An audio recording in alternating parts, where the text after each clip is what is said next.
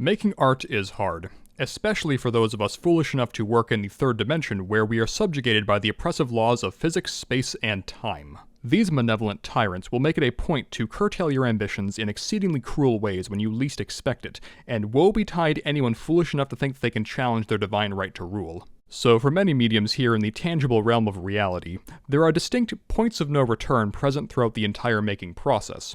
You can probably guess what I'm alluding to here. These are the moments that you only have one chance to get right, because if you don't, you may have to start thinking about how much you believe in the sunk cost fallacy, because unlike our fellow artists who work in digital mediums, we don't have the luxury of an undo command. But what makes these situations truly insidious is that they are very good at hiding in plain sight, to the point where they may as well be invisible unless you know exactly what you're looking for. It is so easy to accidentally stumble and trip over one of these thresholds, and you may not even realize the gravity of the situation until much later when it has snowballed into something way worse. This is honestly one of the most challenging parts of any medium, and unfortunately the best way to overcome it is to just keep making things and keep screwing them up. A lot. I'm not going to lie to you, it's demoralizing, but eventually you will reach a point where you can see behind the veil, and the true nature of these things will be laid bare to you as you have grown wise to their wiles. Yeah, that's all just to say that there are a lot of granular details that we have to keep in our brains whenever we make something, and in this video, I invite you to see exactly what I'm talking about as I fabricate this pendant from start to finish and provide commentary along the way. Wow, I really should have just said that from the start. Anyway, here's our sponsor. Rio Grande is one of the largest jewelry supply retailers here in the US, and many of the tools I'll be showing off today are going to be found on their website at riogrande.com. Relevant item numbers will be displayed in the upper right hand corner of your screen throughout the video. And with that out of the way, let's begin. The first thing that I did was to carve a pattern into this piece of square stock by utilizing a technique called file carving. Now, if you missed the video that I posted to social media where I covered that, here's a quick recap.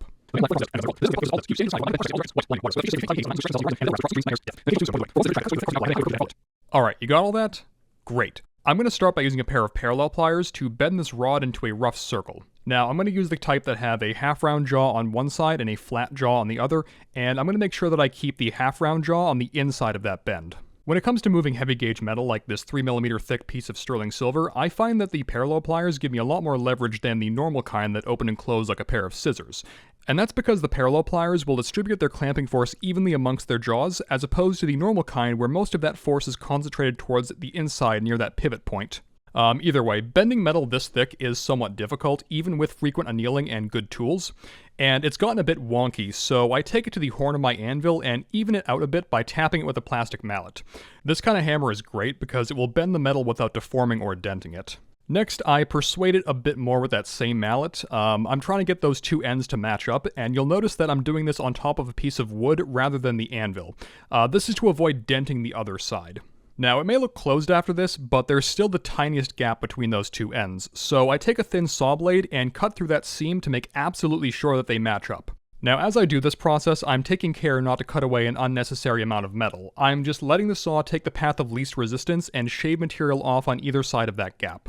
With the seam now in a satisfactory state, I bring it over to the soldering bench and hold it in a third hand the same way that I would with a ring because, well, this basically is a ring, so the same rules apply. Heat the ring up evenly so that both sides reach the same temperature at the same time, and if one gets up to temp faster than the other, the solder will blob on that side and obstinately refuse to bridge that gap no matter how much you heat it. Anyway, with the satisfactory seam sufficiently soldered shut, I use one of my needle files to carve the last segment into the pattern, and as you can see, it matches up seamlessly. And if you want to know how I make sure that both ends of a pattern will match up with one another, you can check out the paper that I wrote about file carving. This, like all the other papers on my website, are available to download for free with no caveats. The URL for this is currently on screen, but if you check the video description, it'll also be linked somewhere down there as well. Anyway, now I'm rounding it out with the same Delrin mallet, but this time I'm doing it over a tapered round mandrel. I make sure to gradually shape the metal and anneal often. If you try and force the metal into a ring too quickly, you can accidentally pop the seam open. Now I'm going to move on to a larger ring mandrel to round this out the rest of the way. You know, it occurs to me now that I've never actually made a ring with this ring mandrel before, just brooches and pendants. Anyway, once it's fully rounded, I put it aside and start fabricating the bail. This was done by texturing and then cutting a piece of thin metal into a rhombus shape, and then bending two square wires to match that profile. These were all soldered together, and then the excess was cut off and filed flat. Now comes the fun part of rounding this out into a teardrop shape. I use a pair of stepped pliers to get that initial bend started, first with my fingers, but then eventually by pressing it against a wooden bench pin to get more leverage. I actually forgot to film the part where I get it into a U-shape, but you can see it jumping around on my desk in this clip as I try and true up a section of that ring that I missed on the last pass. But yeah, I close the ends of this U-shape by gently persuading it with a mallet on top of a wooden surface. Do note that I've also got a bezel mandrel shoved up in there to keep it from getting crushed as I form it into that teardrop shape. This is then trued up a bit more on that same mandrel, and when I'm happy with the profile, I move on to the next step where I put it into a ring clamp and then file the ends flat. This is to give myself a baseline for the next step where I'll be contouring it to fit the outside diameter of that ring, which I'll start referring to as the rim from now on to avoid confusion. Yeah, either way, I locate a half-round file with a similar curvature to that rim, and then methodically file in the correct profile, making sure to check it every so often to really ensure that it fits. Going back to the rim now, I'm going to go ahead and remove any tool marks from the inside diameter with a hand file, and then use a split mandrel with some sandpaper to completely smooth it out.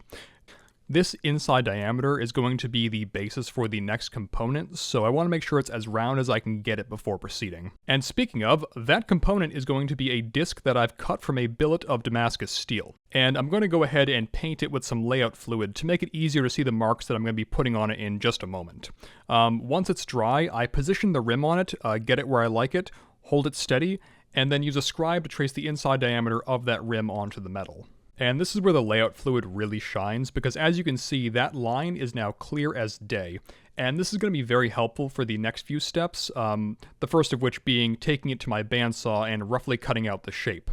The challenge here is planning out my cuts in such a way that wastes the least amount of material while still being able to get as close to that circle as possible so that I have less work to do during the next step, where I'll be taking it to my belt sander to gradually grind it down to that line.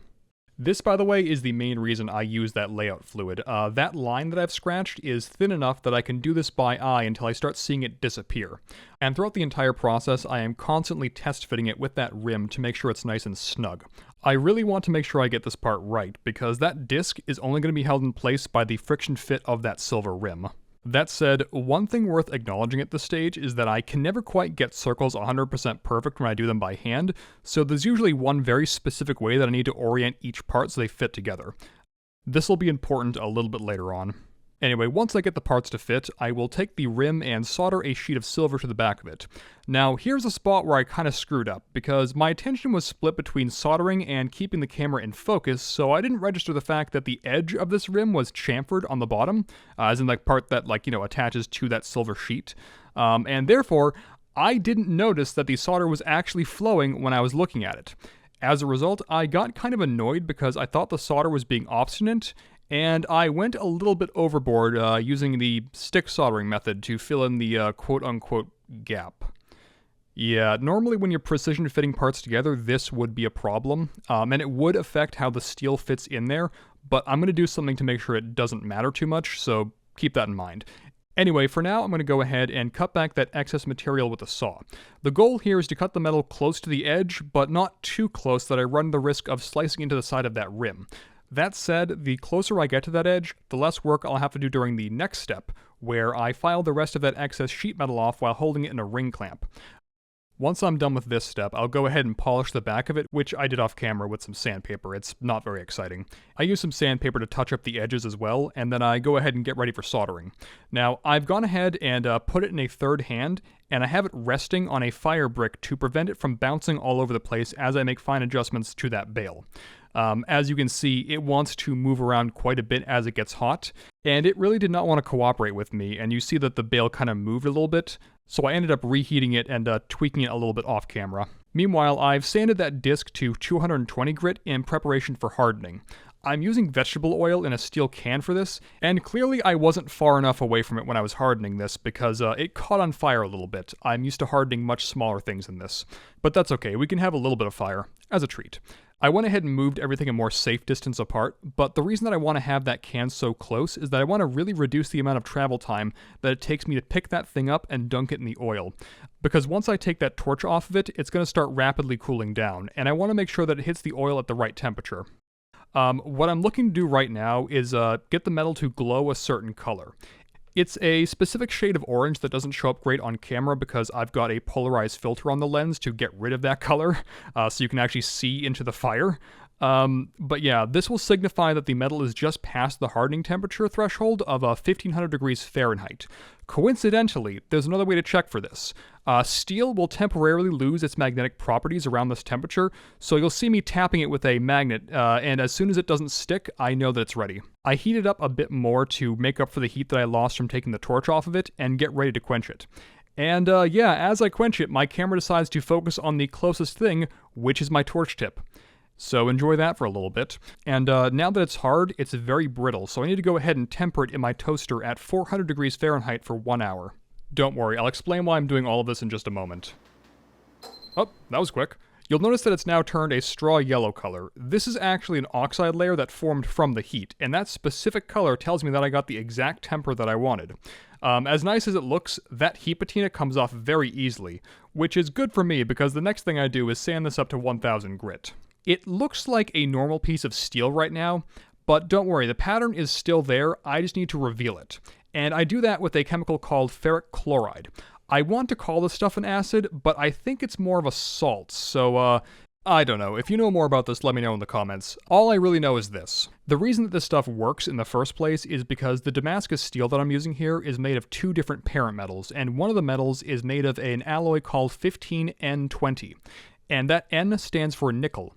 And that nickel is good at resisting this chemical here. So what's happening is it's only really eating away at one of the 2 layers and leaving it with this kind of wavy shape that we put in there via patterning and distorting it. Now, the reason that I went to the trouble of hardening and tempering this actually relates to this step right here. Through some form of wizardry that I still don't quite understand, if you harden the steel prior to etching, a black oxide layer will form on top of the layer that's being eaten away, resulting in a really nice black and silver contrast as you buff back those high points. Anyway, back at the jeweler's bench, I'm going to go ahead and make some last-minute corrections to the pattern of that pendant, because once that disc goes in there, I won't really be able to access some of those inner parts. So this is really the last chance I have to kind of correct things and get them where they need to be. But yeah, once I'm happy with how that looks, I'm going to go ahead and use a pointed diamond burr to put a texture on my file marks. I could get rid of all these tool marks and make it nice and smooth by using things like buff files or some other polishing pins, but I like having that texture in there to give the piece contrast, so I end up doing this with all my file work patterns. And there we go, I'm pretty happy with the pattern now, but I'm less happy about that bail. I went and put a hammer texture on there prior to fabrication, and apparently I didn't make it deep enough because you can barely see it. So I wrapped the whole thing in some painter's tape and take it to the bead blaster to give it a different texture. Believe it or not, that blue tape is enough to protect the areas that I don't want textured via the bead blaster. And yeah, that's a little better. Anyway, I'm going to go ahead and stamp this now, and to accomplish this, I'm going to reuse a steel jig I made for a different project. This is just something that I had on hand. Really, I could have used any piece of steel so long as it fits inside the pendant and is taller than that rim, as I'll be treating it like an anvil as I use the punch on it. Next, we have a beautiful close-up of my hand that I didn't notice until I started editing, which is just a stunning example of the quality content that you come here to see. Moving on, I'm going to chemically darken the recessed areas of the pattern using selenium toner and a Q-tip. This stuff was designed for developing photos, and from my limited understanding, it interacts with the silver in the film to darken them and increase contrast, I think. Doesn't matter, all I know is that it instantly darkens silver on contact. I like to use selenium toner for applications like this because I can selectively patinate only the areas that I want. If I used a more traditional immersion patina like liver of sulfur, I'd end up blackening the whole piece and then have to spend a bunch of time cleaning it off everywhere, including the hard to reach spots. This stuff just makes it easy. You can use liver of sulfur like this as well, but because of how long it takes to work, it can drip into areas you don't want or apply unevenly. Either way, the next step is to buff back the high points with a sanding stick. Check out our video on that if you want to learn more.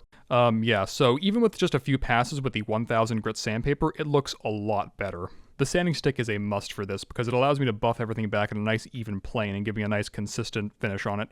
But yeah, speaking of finishes, I prefer a more scratchy, satiny finish on my work, so I do a couple things first.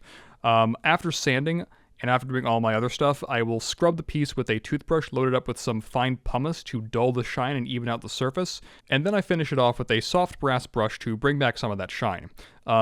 Ignore that seed, that's probably from the sandwich I was eating off screen. Anyway, I think this finish works very well with file carved patterns, as it doesn't abrade the piece the same way that a more traditional finish would. Buffing it to a mirror finish, for example, can round out those corners of your pattern and make it lose some definition. I also just don't like mirror finishes that much personally. The brass brush finish is great because it hides the normal wear and tear that a piece of jewelry will get over the years, whereas a mirror finish will highlight any errant fingerprint or scratch. Yeah, but enough of that. It's time to go ahead and fit that steel in there. Hey, remember when I said earlier that the handmade circle is rarely perfect and the parts will only want to fit in one way? Yeah, so before I soldered that rim to that back plate, I actually carved a little notch on the inside of it, and that matches up with a notch that I carved on the disc as well, so that way I can make sure I put it in the correct orientation during this step. Now you may have noticed that I put a slight bevel on the inside of that disc. That's there to coax it into the pendant, but also make sure that it clears that bead of solder that I created when I went a little bit overboard soldering it. That's why I said it wasn't a huge deal earlier. The fit here has to be tight because it's the only thing that's going to hold that disc in place, so I had to make a special tool to get that steel in there without scratching it up. A wooden stick with some leather taped to the end of it. This is still patent pending, so I'm trusting that you're not going to steal this idea and go to market with it. Anyway, you may notice that I've also put a little piece of leather down on the anvil. That's also to make sure that the pendant doesn't get scratched up during this stage, as it can happen very easily with silver on steel. But yeah, it doesn't take too much persuasion to get that thing in there, just a couple light taps with a hammer while moving the dowel around, and eventually it gets in there nice and flush. Because this is inventory of mine that might sit unsold for a bit, I went ahead and applied a thin layer of 3-in-1 oil to that steel so that way it wouldn't rust while it's being stored. Oh, I guess I also have to decide what kind of chain I want on this thing. I've got some leather, but I've also got this like really cool snake chain. But you probably don't want to sit through watching me be indecisive for a couple more hours, so I'm going to cut it short here. Again, huge thanks to Rio Grande for sponsoring this video. And yeah, I'll be back at some point in the future with more content, maybe similar to this, maybe not. Who knows? Okay, bye.